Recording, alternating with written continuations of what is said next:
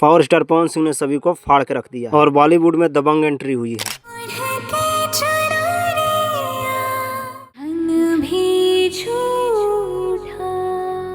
और ये दिखाने का मतलब मेरा ये है कि अब बहुत जल्द पावर स्टार पवन सिंह और सलमान खान एक साथ दिखने वाले पहले तो बिग बॉस में दिखेंगे, लेकिन अंदर की खबर ये भी है कि पावर स्टार पवन सिंह और सलमान खान एक साथ फिल्म भी करने वाले हैं। और ये भी बताया जा रहा है कि पवन सिंह हीरो के रोल में रहेंगे। हो सकता है पवन सिंह के भाई के रोल करेंगे, लेकिन जब एक साथ दोनों स्टार आएंगे तो गर्दा मच जाएगा। भोजपुरी तो छोड़िए, पूरी बॉलीवुड पर भारी पड़ जाएंगे, क्योंकि भोजपुरी के सलमान खान कहे जाते हैं पावर स्टार पवन। आजकल ज्यादा ही मांग हो रही है पावर स्टार पवन सिंह की बॉलीवुड में, और मांग भी होगा क्यों नहीं, क्योंकि एक से बढ़कर हिट गाने दे रहे हैं बॉलीवुड को।